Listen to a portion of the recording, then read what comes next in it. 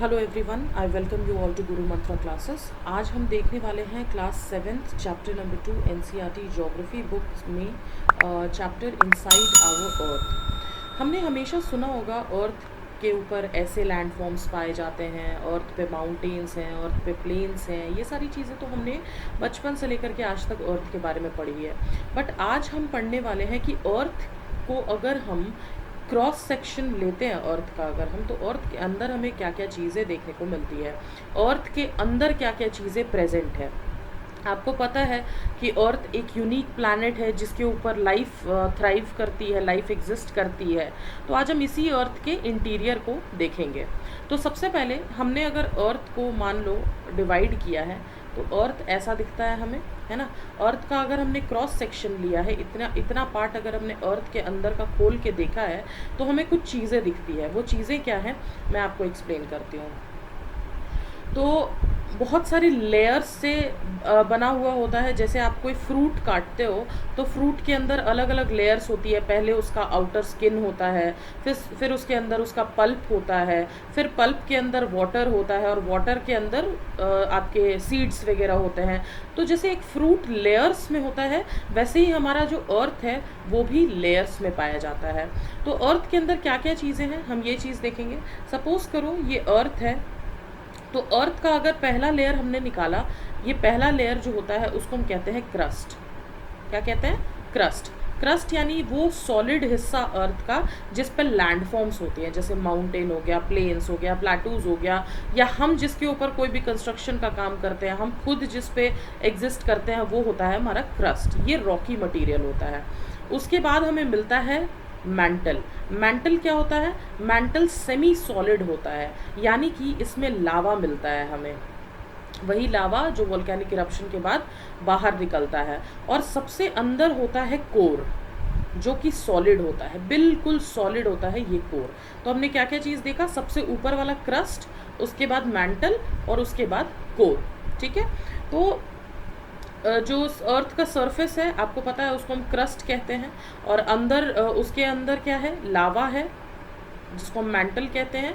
और third layer जो है वो है कोर, जो कि बिल्कुल ही सॉलिड मटेरियल से बना हुआ है, बिल्कुल सॉलिड है, कोई सेमी सॉलिड नहीं, कोई लिक्विड नहीं, it is made up of solid elements. ठीक है। जो क्रस्ट होता है वो सबसे थिन होता है बाकी तीनों लेयर्स में। तो अगर मान लो कि ये अर्थ है तो ये सबसे पतला लेयर जो होगा वो कहलाएगा क्रस्ट, फिर उससे मोटा लेयर कहलाएगा मैंटल, और फिर अंदर रहेगा आपके कोर। ठीक है। तो ये लगभग 35 किलोमीटर तक का रहता है। ये जो क्रस्ट है, क्रस्ट लगभग 35 किलोमीटर्स तक का रहता है on the continental masses. Continental masses का मतलब क्या होता है? दो टाइप के क्रस्ट होते हैं। एक तो कॉन्टिनेंटल क्रस्ट होता है और दूसरा ओशियानिक क्रस्ट होता है।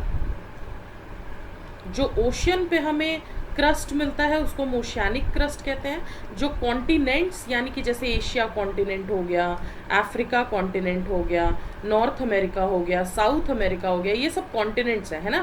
तो ये सब कॉन्टिनेंट्स का जो थिकनेस है वो लगभग 35 किलोमीटर है, और ये जो ओशियानिक क्रस्ट है उसका थिकनेस सिर्फ 5 किलोमीटर के अप्रॉक्सीमेटली रहता है। ठीक है। अब जो ये अर्थ का क्रस्ट है ये कुछ मटेरियल से बना हुआ है। तो ये मटेरियल्स क्या है हम देखेंगे अभी। मैं इसको थोड़ा सा रब कर देती हूँ।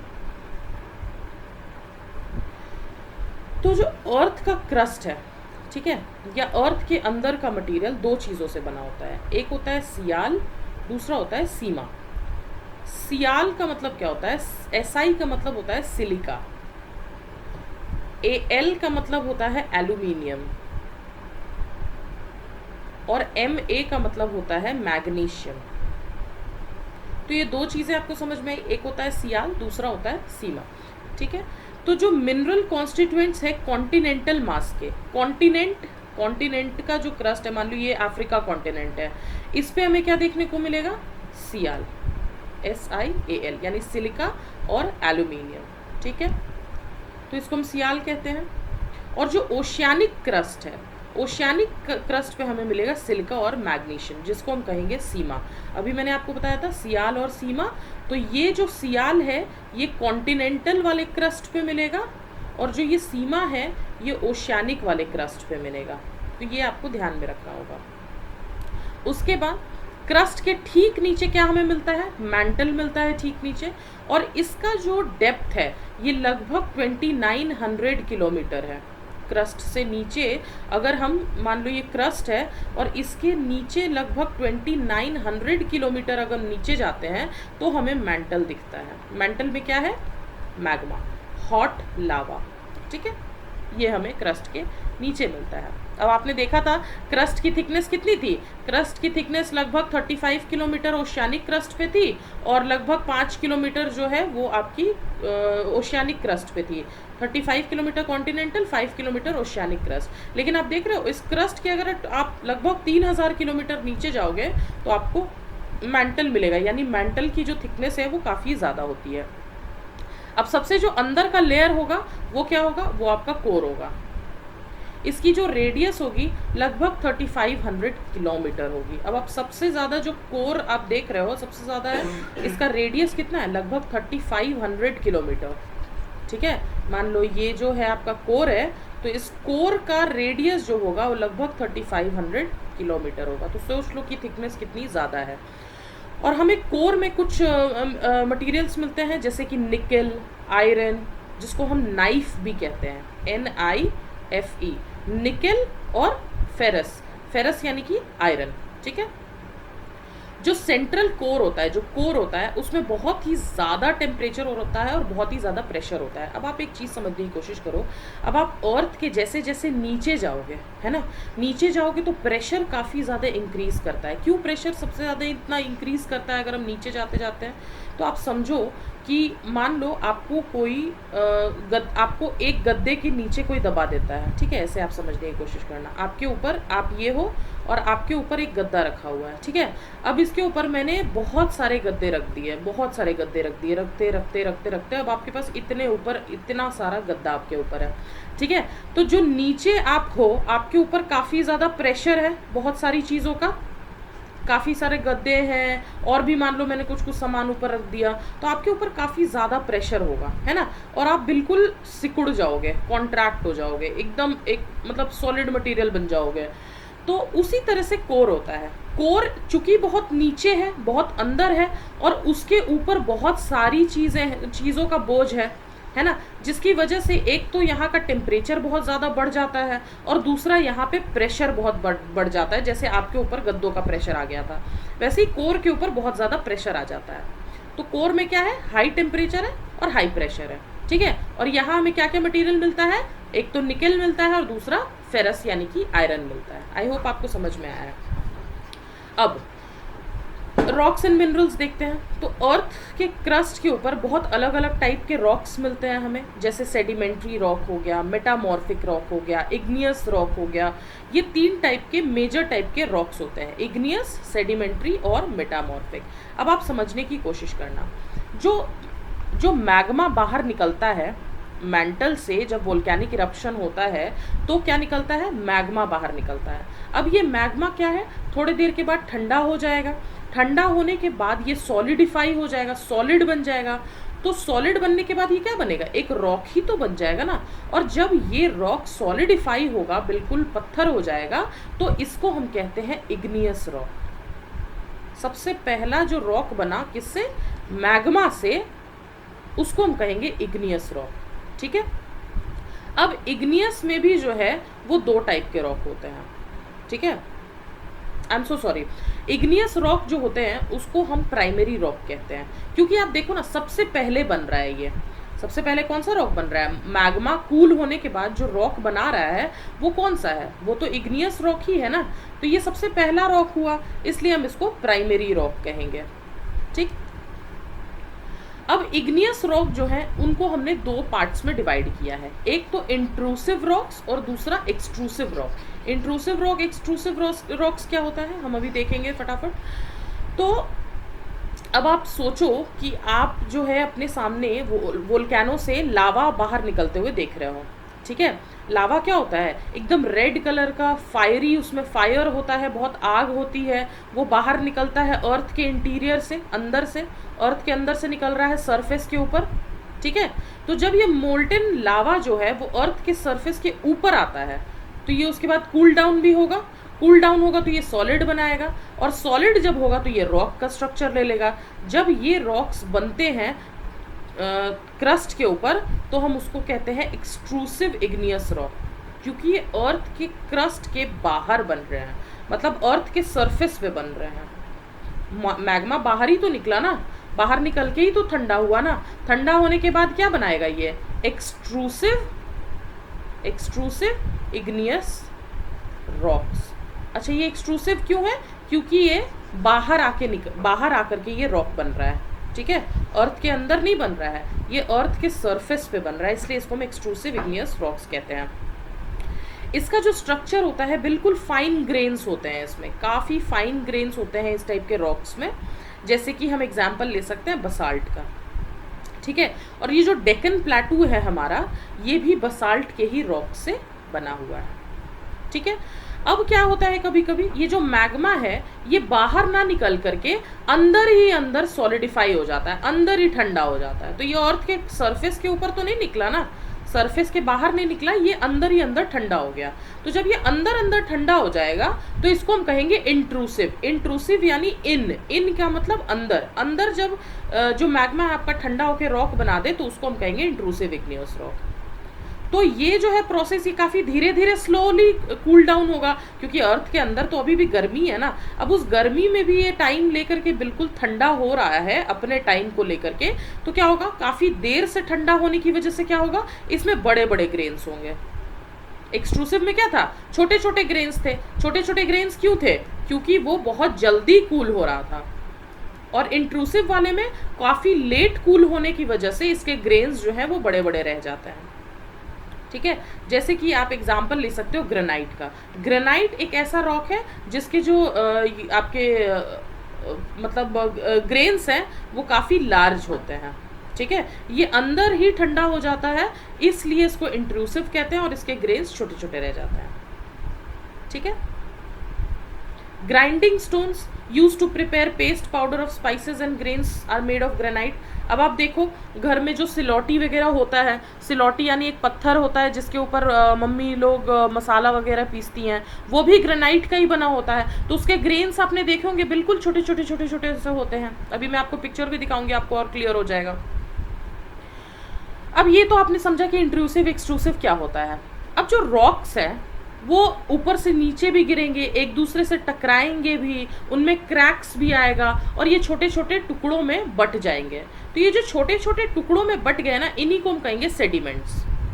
रॉक्स है, रॉक्स मान लो पहाड़ के ऊपर से नीचे गिरा, तो नीचे गिरा तो उसमें क्रैक्स आए, फिर और जब नीचे गिरा तो ये बिल्कुल छोटे छोटे टुकड़ों में टूट गए, और फिर कुछ उसके ऊपर रेन वगैरह ने एक्ट किया तो और ये छोटे छोटे हो गए। इन्हीं को हम कहेंगे सेडिमेंट्स। जब ये रॉक्स जो है वो छोटे छोटे टुकड़ों में टूट जाते हैं तो इनको हम कहते हैं सेडिमेंट्स, ठीक है।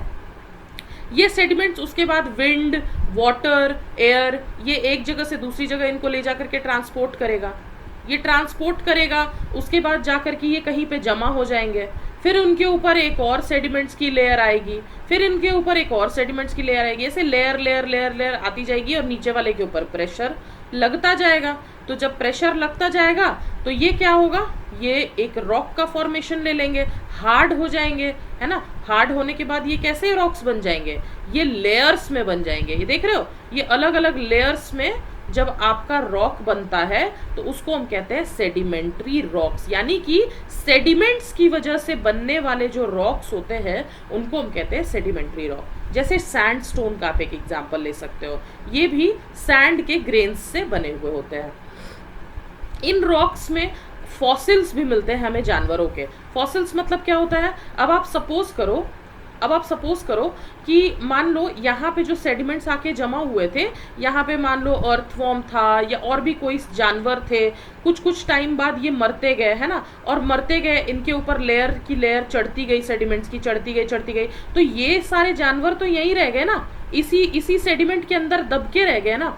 तो जब मान लो कि ये रॉक हमें मिलेगा तो हमें इस रॉक के साथ इनकी हड्डियाँ या फिर ऐसी चीज़ें भी मिलेगी ना, इनके फॉसिल्स वगैरह भी मिल सकते हैं। क्योंकि ये सारे जानवर तो इधर ही मर गए थे और उसके बाद ये रॉक बन गया। तो इसको हम क्या कहेंगे, सेडिमेंट्री रॉक, क्योंकि इसमें हमें फॉसिल्स भी मिलते हैं। किनके किनके, प्लांट्स के मिल सकते हैं, एनिमल्स के मिल सकते हैं, कोई और माइक्रो ऑर्गेनिज्म हो सकते हैं जो एक समय में वहां पे रहते होंगे। ठीक है। अब जो इग्नियस और सेडिमेंट्री रॉक है, इग्नियस अभी आपको मैंने बताया और सेडिमेंट्री रॉक मैंने बताया, ये जो है ये मेटामॉर्फिक रॉक में चेंज हो जाते हैं अगर उनके ऊपर काफी ज्यादा हीट और प्रेशर लगता है तो समझना इस बात को, काफी इंपॉर्टेंट चीज बता रही हूँ कि जो इग्नियस रॉक है और जो सेडिमेंट्री रॉक है वो तीसरे रॉक के फॉर्म में चेंज हो सकता है, जिसको हम कहते हैं मेटामॉर्फिक रॉक। मेटामॉर्फिक रॉक का मतलब क्या होता है, अगर सेडिमेंट्री रॉक और इग्नियस रॉक के ऊपर हमने काफी हीट दिया या काफी ज्यादा प्रेशर दिया तो ये सेडिमेंट्री और इग्नियस रॉक बन जाएंगे मेटामॉर्फिक रॉक में भी। ठीक है। तो हर रॉक जो है एक दूसरे के फॉर्म में चेंज हो रहा है, यहाँ देख रहे हो, हर रॉक जो है एक दूसरे के फॉर्म में चेंज हो रहा है। इग्नियस रॉक ही क्या बना रहा था, सेडिमेंट्री रॉक बना रहा था। अब इग्नियस और सेडिमेंट्री रॉक दोनों मिलके क्या बना रहे हैं, मेटामॉर्फिक रॉक बना रहे हैं। तो ये जो मेटामॉर्फिक रॉक है ये कैसे बना, हीट और प्रेशर की वजह से। जैसे क्ले का आप एग्जांपल ले सकते हो। क्ले क्या है, क्ले चेंज करता है स्लेट या लाइमस्टोन में, और ये क्या चेंज करते हैं, मार्बल में। ठीक है। क्ले क्या था, क्ले चेंज हो रहा था स्लेट में और लाइमस्टोन में, और लाइमस्टोन और स्लेट किस में चेंज हो रहा है, ये मार्बल में चेंज हो रहा है। तो ये जो रॉक्स हैं ये काफ़ी यूज़फुल होते हैं हमारे लिए। ये जो हार्ड रॉक्स हैं ये रोड्स वगैरह घरों में यूज़ करते हैं हम, बिल्डिंग्स में यूज़ करते हैं, है ना। उसके बाद ये बहुत सारे गेम्स में भी यूज़ किया जाता है, जैसे 7 स्टोन्स या पिट्ठू, आप बहुत सारे लोग कहते होंगे इसको, पिट्ठू गेम, जिसके ऊपर रॉक्स रखते हैं, फिर एक बॉल से मारते हैं, ये हिट करता है, फिर लोग इधर उधर दौड़ने लगते हैं। तो ये पिट्ठू भी जो खेलते हैं उसी से खेलते हैं। हॉप स्कॉच, जो किट जिसको आप कहते हो, किट गेम जो होता है, हॉप स्कॉच जिसको हम कहते हैं, फिर 5 स्टोन या गिट्टी जिसको आप कहते हो। तो ये सारे जो गेम्स हैं ये भी हमें क्यों पॉसिबल हो पा रहे हैं, क्योंकि हमारे पास रॉक्स है। तो एक टाइप का रॉक जो है वो दूसरे टाइप में चेंज हो रहा है, अलग अलग कंडीशंस हैं उनके लिए, तो इसी को हम कहते हैं रॉक साइकिल। अब रॉक साइकिल में क्या हो रहा है, सबसे पहले आप देखो, यहाँ से मैग्मा निकल रहा है, इस पिक्चर से मैग्मा किस चीज में चेंज हो रहा है, इग्नियस रॉक में। ठीक है।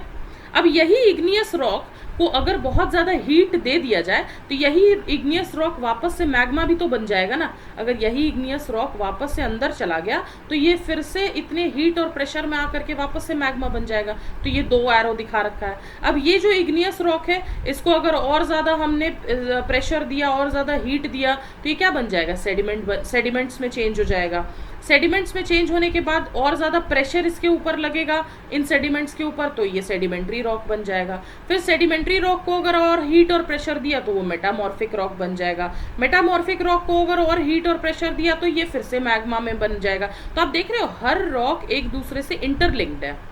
यही सेडिमेंट्स जो हैं, यही सेडिमेंट्स डायरेक्टली देख रहे हो कैसे सेडिमेंट्री रॉक में बन रहा है। इग्नियस रॉक को भी अगर डायरेक्टली हमने सेडिमेंट्स में बांट दिया तो ये भी सेडिमेंट्री रॉक बन जाएंगे। तो ये सारे एक दूसरे से कनेक्टेड है, एक दूसरे से कनेक्टेड है, और कोई भी रॉक जो है एक अपने कंडीशन को फुलफिल करते हुए दूसरे रॉक में कन्वर्ट हो रहा है यहाँ पे। इसी को हम कहते हैं रॉक साइकिल। ठीक है। यहाँ पे वही चीज़ एक्सप्लेन की होगी, जो मोल्टेन मैग्मा है वो कूल होता है, फिर वो सॉलिडिफाई होता है तो इग्नियस रॉक बन जाता है। जब इग्नियस रॉक छोटे छोटे टुकड़ों में डिवाइड होता है, टूट जाता है, तो वो किसी ना किसी चीज़ द्वारा ट्रांसपोर्ट किया जाता है और कहीं ना कहीं ले जाके डिपॉजिट कर दिया जाता है। जब डिपॉजिट कर दिया जाता है तो उसको सेडिमेंट्री रॉक कहते हैं, सेडिमेंट्री रॉक में बन जाता है वो। फिर जो इग्नियस और सेडिमेंट्री रॉक है, अगर उस पर बहुत ज़्यादा हीट और प्रेशर हमने दिया तो मेटामॉर्फिक रॉक बन जाता है। ठीक है। फिर मेटामॉर्फिक रॉक को अगर हमने बहुत ज़्यादा हीट और प्रेशर दिया तो वापस से मोल्टेन मैग्मा बन जाएगा। तो मोल्टेन मैग्मा फिर से कूल डाउन और सॉलिडिफाई होकर के इग्नियस रॉक बन जाएगा। तो ये एक पूरी साइकिल है जिसको हम कहते हैं रॉक साइकिल। ठीक है। अब ये जो रॉक्स हैं ये अलग अलग टाइप के मिनरल्स से बने हुए होते हैं। मिनरल्स क्या होते हैं, ये नेचर द्वारा हमें दिए गए हैं, नेचुरली अकरिंग होता है, ये अपने आप अकर करते हैं, हम नहीं बनाते हैं इनको, है ना। तो ये अपने आप अकर कर रहे हैं, और ये रॉक्स जो हैं ये मिनरल्स से ही बने हुए हैं। इनकी एक अपनी फिजिकल प्रॉपर्टी होती है और एक अपना केमिकल कॉम्पोजिशन होता है, अपना ही कैरेक्टरिस्टिक्स है इनका, ठीक है। तो ये बहुत इंपॉर्टेंट है किसी भी ह्यूमन काइंड के लिए।